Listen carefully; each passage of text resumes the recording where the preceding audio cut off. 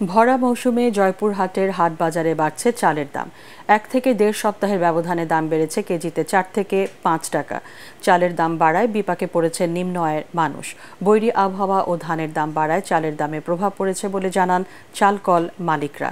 জয়পুরহাট প্রতিনিধি রফিকুল ইসলাম রফিকের রিপোর্ট, জানাচ্ছেন আশিকুর রহমান। ধান উৎপাদনে দেশের অন্যতম জেলা জয়পুরহাটে রণজিৎ, স্বর্ণাসহ বিভিন্ন মোটা চালের দাম ছিল কেজি প্রতি 48 থেকে 50 টাকা। বর্তমানে সেই চাল বিক্রি হচ্ছে 54 থেকে 56 টাকায়।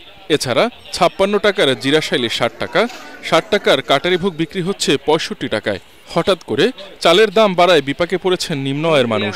হঠাৎ করে পার কেজিতে 4 থেকে 5 টাকা বেড়ে গেছে চালের দাম। প্রয়োজনের তুলনায় কম কিনতে হচ্ছে, এটা আমাদের জন্য খুব কষ্টসাধ্য ব্যাপার। চালের দাম কমানোর বিষয়ে সরকার যে সমস্ত পদক্ষেপ গ্রহণ করে আমরা মিডিয়ায় দেখতে পারি, সেগুলো হচ্ছে বাস্তবায়ন আমরা আসলে বাজারে এসে পাই না। খুচরা বিক্রেতারা বলছেন মোকামের দাম বাড়ায় খুচরা বাজারে বেড়েছে চালের দাম। মোকামে চালের দাম একটু বেশি, যার কারণে আমরা বেশি দাম নিয়ে আসি, আমরা 2-1 টাকা লাভ ধরে আমাদের খরচা কষ্ট নিয়ে আমরা বিক্রি করতেছি। ধানের দাম বেশি হওয়াতে সব চালের কেজিতে 3-4 টাকা বেশি হয়েছে। বাজারে সরবরাহ কম থাকায় ধানের দাম মন প্রতি 200 থেকে 250 টাকা বেড়েছে বলে জানান চালকল মালিক। বিরূপ আবহাওয়ার কারণে গ্রামগঞ্জের রাস্তাগুলো তো কাঁচা, কৃষকের বাড়ি থেকে ধানগুলো বাজারে আসছে না, আর ধানের দাম বাড়ার কারণেই চালের দাম বেড়েছে। এটা হয়তো আবহাওয়া যদি স্বাভাবিক হয়ে আসে, ধানের সরবরাহ বেড়ে যায়, তাহলে এটা বৃদ্ধি পাবে না, এটা হয়তো কমে আসবে।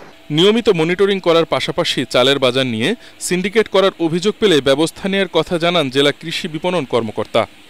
কৃষি বিপণন অধিদপ্তরের মাধ্যমে নিয়মিত মোবাইল কোর্ট পরিচালনা করছে এবং বাজার মনিটরিং করছে। এরপরেও যদি কোনো ব্যবসায়ী অবৈধ মজুত করে বাজারে কৃত্রিম সংকট তৈরি করে, তাহলে তাদের বিরুদ্ধে আমরা আইনানুগ ব্যবস্থা গ্রহণ করব।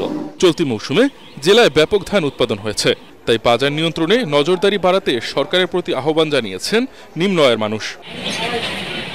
Bureau report, ATN Bangla.